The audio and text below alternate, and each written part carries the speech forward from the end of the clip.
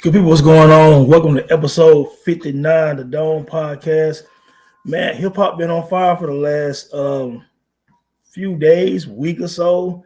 You know, every hip hop head and casual fan and just people in general talking about battling again. You talking about J. Cole released his surprise album and had a few words for Kendrick, and of course Kendrick had words for Cole and Drake recently, and it took people back to the Control verse that Kendrick dropped and called everyone out. And now people talking about the old battles back in the day, and I talked about this on another episode about, hey, hip hop started on battles, man, and conflict and competition from Kumo D to Busy B to, Kumo D and LL and friction between Melly Mel and KRS-One, and Rakim had friction with EPMD and Big Daddy Kane. We've talked about that before in previous episodes, and I tweeted the other day about, hey, look, follow the leader. Rakim was throwing shots. You know what I'm saying? Everything wasn't always the bridge is over and, calling people out or hit them up and, just some of the songs that, second round knockout or, what have you. Every song wasn't always, I'm gonna say somebody's name. Everything wasn't like Fuck Compton by Tim Dog or, what opening the Chronic up, saying what Eazy-E getting dissed by Snoop, you know what I'm saying? So sometimes stuff was up close and personal, sometimes it was subliminal and things like that. So it's just been good competition and good conversation lately about the battles. But it made me think back about, because I recently said, talked about all the battles Nas had been in. And then today I did a little list because me and another gentleman was having a conversation about all of the songs and subliminals that Nas and Jay-Z had over a 7-year period, which is the greatest battle in hip hop history. It's not even close. If you look at, you go on my Twitter page now, all the songs are on there, freestyles, disses, everything, subs. It was nuts. But Nas always said like he's the most crucified MC. He said on the interview before. And it made me think about a battle that started and ended, pretty fast, and that's Tupac and Nas. Now we know one of the reasons why it ended. Well, it was a respect thing at the end, and then of course Pac unfortunately being murdered. But these guys' careers had a lot of similarities that we're gonna talk about. There was a battle there. And the battle was because of, I believe, something that was taken the wrong way, and it wasn't for that person. You know what I'm saying? So let's just look at something right quick. Nas and Tupac, by many, are two of the greatest MCs of all time. There are people out there who will say Nas is the greatest MC. There's people out there that say Tupac is the greatest MC. Nobody's wrong. Everyone has a reason to feel the way they feel. People are still connected to Machiavelli decades later. Nas' recent run even brought his fan base, but even before that, there are people like myself who loved Nas back in the early 90s and thought he was the best way back, you know what I'm saying, or what have you. Well, he was my favorite way back. He took the number one spot. People know who follow me. Over the last couple of months, I felt like he finally eclipsed Rakim to me. But nevertheless, I always felt like these two guys were two of the greats. But anyway, looking at the start of their careers, for example, and we're gonna lead up to the battle, is you have Tupac on same song, Digital Underground. 1991 is the year. So also 1991, Nas does Live at the Barbecue with Main Source. So yeah, Tupac. Same song, Digital Underground. That's on the soundtrack of a movie, Nothing to Lose. And you got Main Source coming out with their debut album, Breaking Atoms. And Large Professor had already, seen Nas, been introduced, what have you, saw something special in them. He got him on Live at the Barbecues. So both of them kind of debut 1991. Okay. Pop goes on at some point to release his debut album, Tupac Now. You know what I mean? around that time, right after that time. So you're talking about Brenda's Got a Baby, What My Homies Call, Trapped. He's more revolutionary on his debut album. If you go back and listen to it now, it's about social justice or social injustice. You know what I'm saying? About loyalty to his homies, What My Homies Call, which is loyalty to me is one of the things at the end of the day was the gift and the curse. You know what I'm saying? Like I said, Trapped, he's in the cell in the video, black and white.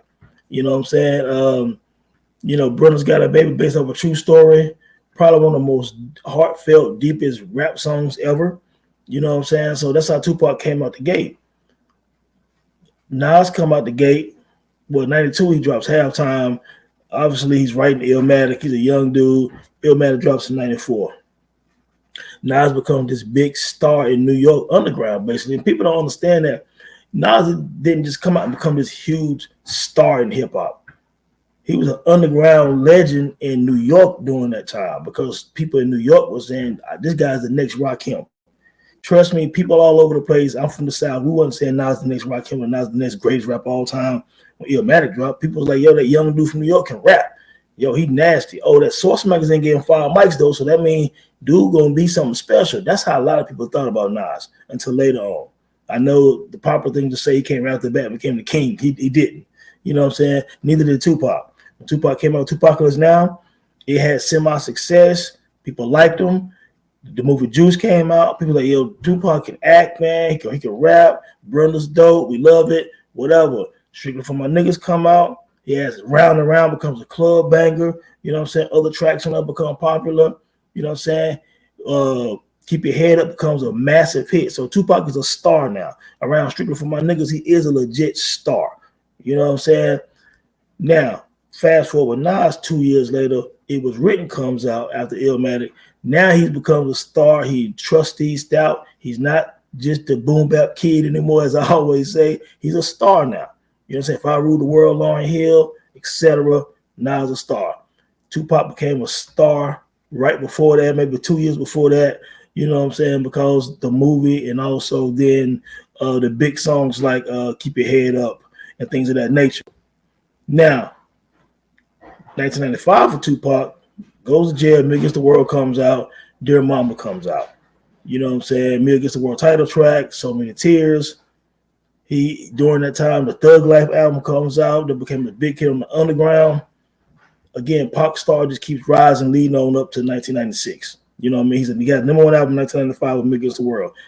Now, parallel, Nas, 95, he's still doing this thing with Illmatic. He's writing It Was Written. He's on Eye for an Eye with Mobb Deep. He's on Raekwon, Cuban Links with Verbal Intercourse.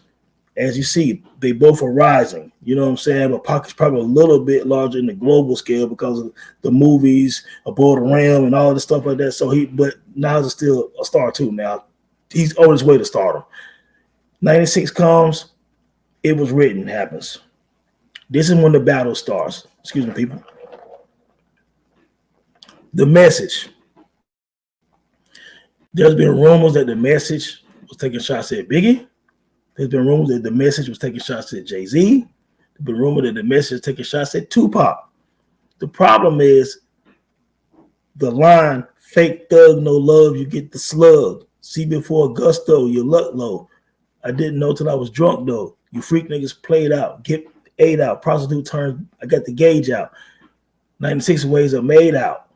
Montana way, the good FELA. So you hear him going in on The Message. And again, fake thug, no love, you get the slug.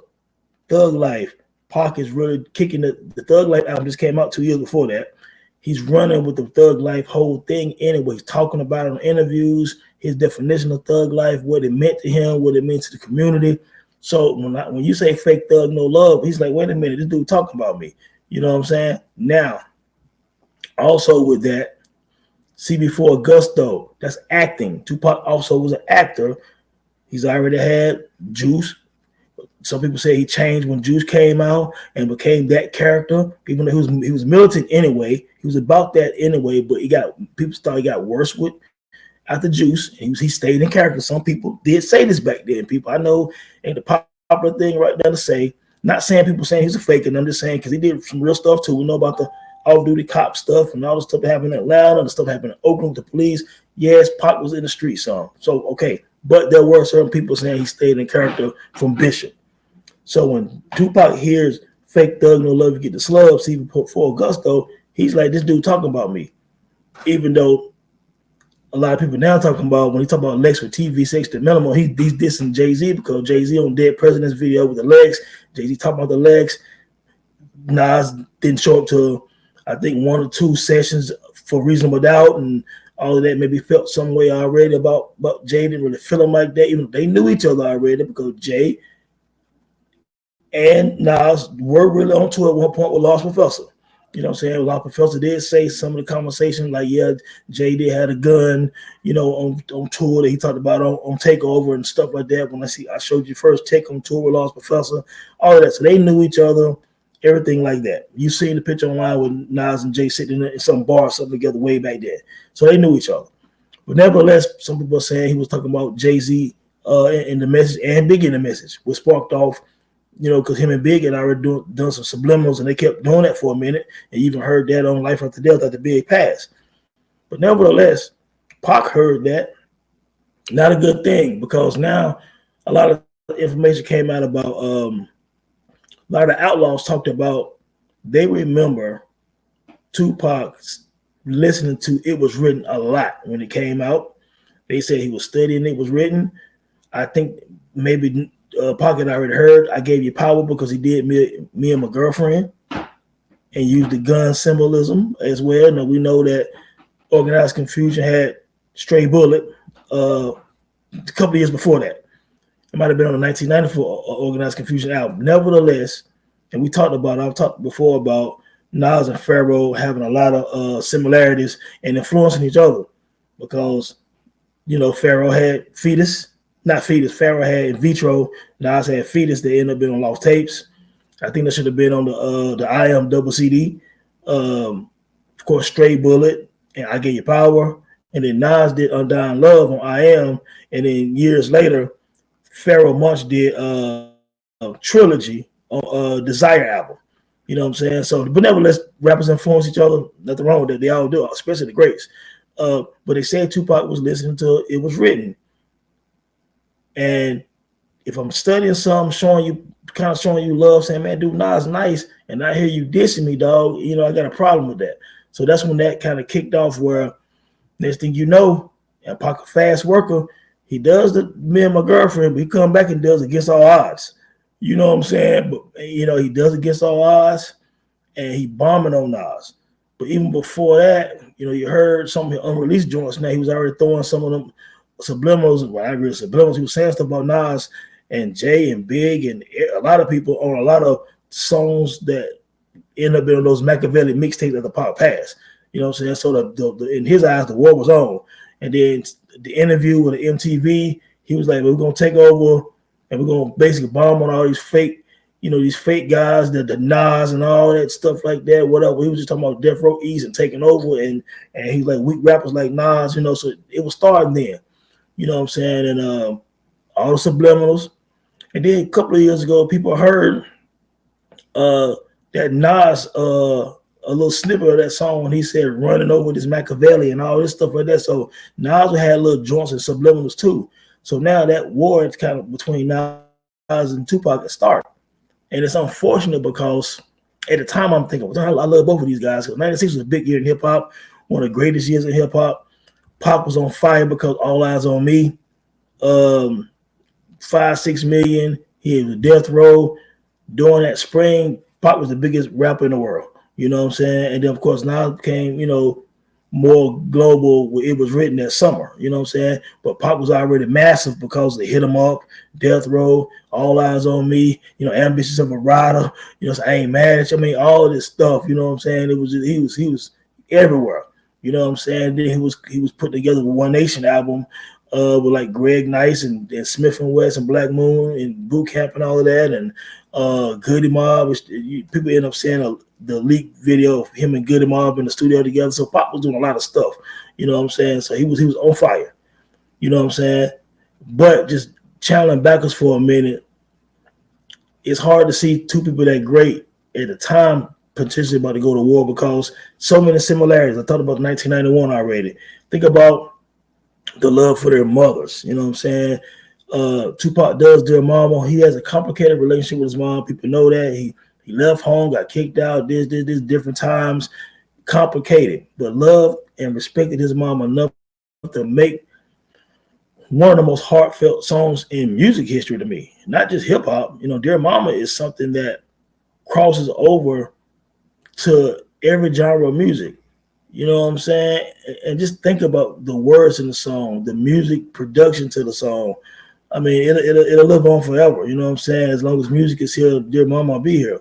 But also with Nas losing his mom, and he does Dance on Godson album, and basically wanting to get moms from heaven to dance with him one more time, man. You know what I'm saying? And just the depth of that song, it just showed where Pac and Nas both were. You know what I'm saying? Like they're both, you know what I'm saying, will go places that a lot of rappers don't go. You know what I'm saying? We especially bringing up family members, and you know, there's only a few, and Nas is a lot deeper than some people understand. He's been very transparent about his life and about his family. You know what I'm saying? Throughout all his music. It might not be up in your face like him basically crying on the track like a DMX or like a Slippin' or something like that, or the song DMX did for his grandma. You know what I'm saying? But Nas did it in his own way. And his pain came out in his own way. So you have people like a Nas that did that. And Pac did that. Obviously, Pac is all emotion. You know what I'm saying? You don't get too much deeper when you think about the depth. That's why I hate that the rapidy rap. Pac ain't the lyricist. Pac was a super lyrical guy in his own way. Because again, being a lyricist is not having to rap like Cannabis, not having to rap like Lupe Fiasco or any of these guys who put a bunch of words in the song. You know what I'm saying? Not saying it's not dope, but lyricism is more than one way to show that and display that. And so, lyrics are words on paper for a song. So if Pac has words on paper for a song that resonate with people from all cultures, age, backgrounds, then he's a super lyrical guy. Same way Nas' super lyrical skill comes from being more technical. But Pac did show again on If I Die Tonight on Me Against the World, he can be technical like that. Or Got My Mind Made Up with Red and Melf and the Dog Pound and all these people on that. Inspector Deck, his verse ended up being taken off. But anyway, he's shown he can be as lyrical in the style of lyricism. Pac can do that. You know what I'm saying? So, but the depth of both of these guys is something you only see in an Eminem, talking about his life, his mom, his wife, his kids, whatever, a lot of emotion. Joe Budden, I told people before, one of the deepest MCs in hip-hop history, Joe Budden. Go listen to Love for You, Black Cloud, The World Keeps Spinning. I'm just saying, this is, come on, we got to go do our homework when it comes to this hip-hop thing, man. You know what I'm saying? There are a lot of other deep MCs, you know what I'm saying? But these are some of the ones that come to mind. Of course, like I said, DMX a few minutes ago. We know that already. You know what I'm saying? So you have that kind of comparison with Nas and Tupac. You know what I'm saying? So it was written, it's basically to me what brought Nas into Pac's war rampage, because obviously he was already going at Bad Boy, he was already going at whoever he was going at. Nas kind of got caught in the crossfire, but he also, you know what I'm saying, did do the message. I think Nas will say, and I think he might have addressed this before, that it wasn't about Pac, but we thought it was. You know what I'm saying? Fake Thug, No Love. I thought it was talking about Pac back in 96. You know what I'm saying? I was, oh, okay. Nas came out swinging. I wouldn't even think about Jay-Z this in 1996. Now, in retrospect, the Lexus part, that is Jay-Z. You know what I'm saying? But in 1996, Jay-Z wasn't real big yet. You know what I'm saying? Like, reason, but that was an underground classic. I got it on the first day at the spot called Cool School Kids when I was in college. Anybody that know me, when they see this episode, they'll say, yeah, Tony was summer 96. He was the first cat with reasonable doubt, you know, on the yard, summer school, dog, UNCG. These are facts. I bought Reasonable Doubt the first day it came out and took it to the dorm. All dudes that was there in summer school, I put it in my stereo. You know what I'm saying? Everybody wanted to steal my joint. Only a few of them had even heard Dead Presidents yet. You know what I'm saying? Like, so nobody thought, and it was written too. You know what I'm saying? Nobody heard Fake Thug, No Love, and then Alexis and all that stuff like that, talking about Jay-Z. Jay-Z just looked at it like a dope cat. We knew about him in Greensboro because, again, Ski Beats is from Greensboro, grew up with my homeboy. You know what I'm saying? So we knew about original flavor, you know what I'm saying? Can I get open? You know what I'm saying? All the stuff like that. We show and prove. We knew about Jay-Z down here, but not on that level. You know what I'm saying? Even when Reason But That was popping off here in 96, we wouldn't have put Nas and Jay together like Nas taking a shot at Jay-Z. That's some New York stuff. We didn't even know nothing about that.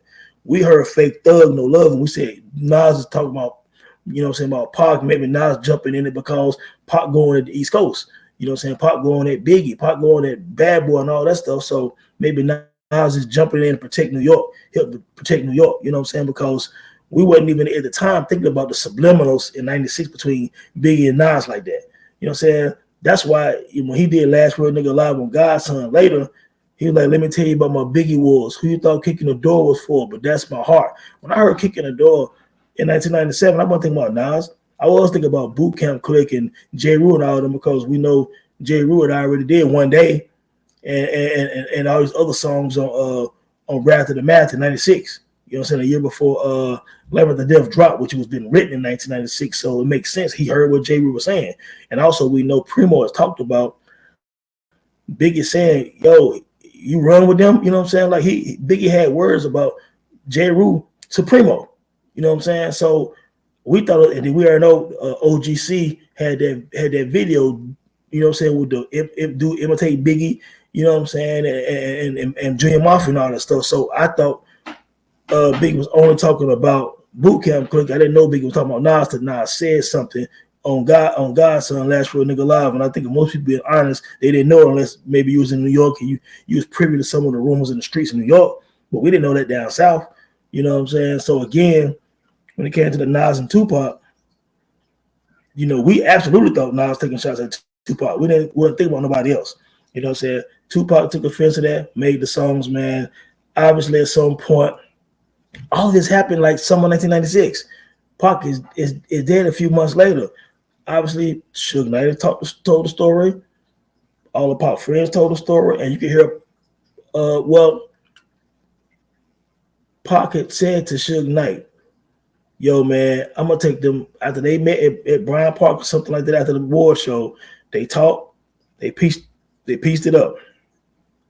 Everyone that's done on all these platforms talked about the meeting between Nas and Tupac. And Nas talked about it.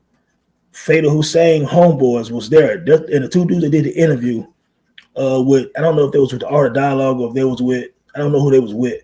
But both guys, it showed a still picture, both of them back in 96. It was them. They were standing right there behind Pac. So it wasn't no cap or nothing like that. They was with Pac doing that night. And they both said, yeah, the dude Nas had all his boys, all of us was there. It could have got bad, but it didn't. Them dudes walked off by themselves, talked, dapped up, handled it like soldiers, handled it like generals, you know what I'm saying? Called the wolves off basically and walked off. Even Suge Knight said, yes, when him and Pac got talked that night, he was like, man, I'm gonna take that song off. I'm gonna take all the stuff I said off about Nas on my album, man. You know what I'm saying? I like the dude, man. You know what I'm saying? We're gonna do something together. I told the dude he need to come to Vegas, man. We hang out, This is what even Suge Knight said this. You know what I'm saying? So this whole thing that Snoop Dogg made his own version of, and Nas even said, yeah, I think Snoop might have got some stuff confused. Fatal Boy said Snoop wasn't even out there at the time when it happened. Snoop had his own whole story talking about, yeah, after him and Nas talked, he walked off with Snoop talking about some, yeah, man, I got these niggas shook and all this stuff like that. Dude, that didn't even happen. You know what I'm saying? So Snoop straight up made that up. Nevertheless, because even during that time, and Snoop was admit this, Pac was mad at Snoop at the time. So Pac wasn't even talking to Snoop like that. You know what I'm saying? That's facts. Look at all the MTV stuff. They was around each other at one point doing awards, stuff like that. But when they think they flew to Vegas or something like that, or flew somewhere, Snoop even said, yeah, Pac didn't speak to him. You know what I'm saying? So I don't know the time frame, but they went somewhere, and when they got off the plane, Pac didn't even talk to Snoop the whole time they was on the plane, according to Snoop. You know what I'm saying? So Snoop stuff about the park, Nas and Napoleon and Outlaw said, yeah, it didn't happen that way. You know what I'm saying? And Fatal Hussein guys. Nevertheless, these guys talked, pieced it up. You can also, of course, see the video where Nas is performing, and Ed Lover as Nas, Nas was able to, say, hey, I stopped my show, and they said that Pac had passed away. You know what I'm saying? And Ed Lover has talked about that situation that night and just everything multiple times because he's part of that. He was homeless with Pac and Stretch and Live Squad and all that stuff like that. You know what I'm saying? But nevertheless, man, after that, you think about the song "We Will Survive." He does a verse about Biggie. He does a verse about Pac. Then he does a verse about just musicians in general. You know what I'm saying? And he showed a lot of reverence for Pac because he know that they had that final conversation and it was over. Because a lot of their stardom was parallel. You know what I'm saying? A lot of their vision was parallel. They both were deep thinkers. They both were poets. They were twins in that sense. You know what I'm saying? So just like Nas had said before, when Pac first came out, a lot of his guys in Queens was like, yeah, I don't really like that dude Tupac like that. We talking about early Pac before Me Against the World and all that. We talking about Tupac is now strictly for my niggas. Nas was paying attention, the depthness, and his boys in Queensbridge were like, yeah, we don't rock with that Pac like that. We like Juice, but we don't like his music like that. Even when Hit 'Em Up and all them disses with Mobb Deep came out, Prodigy was like, yeah, we don't even listen to something like that. That's how P was talking, and we didn't listen to him like that. You know what I'm saying? And so whatever they said when they heard it might have been some stuff on either Hit 'Em Up. He said that was Hail Mary. Prodigy said, Hail Mary was dope. I like that joint. You know what I'm saying? He said, but before that, him and his boys in Queens would listen to Pac like that. And Nas basically said that in so many words before. He was like, when I was up on Pac, early Pac, my boys weren't. You know what I'm saying? So I think that Nas had already seen the depthness in him and saw how they had a lot of similarities. And I think Pac thought the same thing about Nas. You know what I'm saying? I think they really respected each other, man. And I really don't think he was talking about I just think he was spitting bars on the message. You know what I'm saying? So I think a big misunderstanding caused a quick battle with Nas and Tupac. And what would have happened if he hadn't died? Well, they had spoken. My thing would have been hopefully a Nas verse on a One Nation album. Now, there was rumors about Nas and Pac doing an album. That probably would have never happened. But do I think that Nas might have done a verse for that One Nation album? I think so, man, because Pac was really putting a lot of people together. There's leaked footage now. Him in the studio with several people working on the One Nation album. You can hear a great, nice verse. You can see the Good Mob in the session. You can see when he went when Boot Camp and Buckshot Short and all them got out the limousine and Pac took them into the studio. I mean, Pac was making moves, and I think that Nas would have done a verse on that. And I think eventually maybe Nas and Pac would have had a song together. You know what I'm saying? The Big and Pac thing wasn't over yet, excuse me. So I don't know how everything like that would have happened, but I do think they would have made some music together at some point, maybe. A verse on the One Nation and maybe a song together. I think they would have respected each other. I think they would have fell back in their own corners. I don't think that the Bad Boy and Death Row thing was going to stop yet if everyone had lived. I think Pac wasn't done with Biggie yet. You know what I'm saying? But I think Pac was done with Nas. Now, just like when you heard We Will Survive on I Am album, he said it hurt me when I heard the realest shit you ever wrote. You know what I'm saying? Because Nas, he called it on Against All Odds. You know what I'm saying? Like Pac said, man, you ain't gonna sound like Rakim, man. You know what I'm saying? Then he said, little nigga named Nas think he live like me. Talk about he left the hospital, took 5 like me. You live in fantasies, nigga. And again, he took that from songs on It Was Written. You know what I'm saying? So yeah, he had all eyes on. Well, that's another whole thing. But nevertheless, it was he bombed on Nas at the beginning. Bombed first. There's like Nas the alleged ringleader. You know what I'm saying? So he calls Nas the ringleader at the beginning of Machiavelli. So he had kind of shifted. I mean, he was still going this Big and Bad Boy and all that on Machiavelli. But when you start off the album and it's like Nas the alleged ringleader, you put Nas over Big at that point, saying, you the focus now. Just like that's on Bomb first, but when you listen to Against All Odds, he said something about Puff and Bad Boy real quick, but he really bombed on Nas on Against All Odds. Against All Odds, outside now he bombed on. He did say something about Jimmy Henchman and Tut and all of that stuff like that. He said he addressed all of them, the guys, the New York gangsters that 1994 shooting in the quad. He addressed all that on Against All Odds. But you can also say Against All Odds was almost a Nas diss. You know what I'm saying? So you get dissed on the last track on Machiavelli multiple times. And then he passed away. Of course, he couldn't take it off. So after Pac is gone, everyone who loves Pac and loves Pac's discography, and people love Machiavelli. You know what I'm saying? Some people got Machiavelli as his best album. I think Me Against the World is his best album, and then All Eyes on Me and then Machiavelli. But Machiavelli was powerful. You know what I'm saying? But when Against All Odds, which I think is better than Hit 'Em Up, I've said that on Twitter multiple times, it's better. When that comes out and it lives on and on after Pac has passed away, Pac fans hear that. And Nas catch them strays. And so it's just kind of lives in infamy in hip hop, man. And, you know, I really wish that, obviously I wish Pac and Big and, you know, all the MCs who passed away, the gun violence, man. And I know I'm going left field real quick, but, you know, for Pac, Big L, man, Freaky Ty, man. You know, so many of those guys back then that passed away. And, of course, a lot of the young guys in the last 10 years got killed. You just hate any young life taken away, especially, you know, in the case of Pac and Big, it was very avoidable. You know what I'm saying? Should have never happened. And we people have talked ad nauseum about that, so I won't even go into that anymore. But nevertheless, man, Pac and Nas, man, will always be looked at as two of the greatest MCs. Their battle was fast, couple of months. You know, Nas was feeling himself at 1.2, of course, with the firm, and you know what I'm saying. And I think that they will start making, you know, Front of Action and stuff like that, because I think he did Biggie on Front of Action remix. But nevertheless, Nas was about to smoke too, and that joint about Machiavelli, it was never released. Same way other Mobb Deep joints wasn't released. At Pac, and '96 was one of the greatest years of hip hop history. Summer '96 was Nas against Tupac to a degree to some hip hop heads.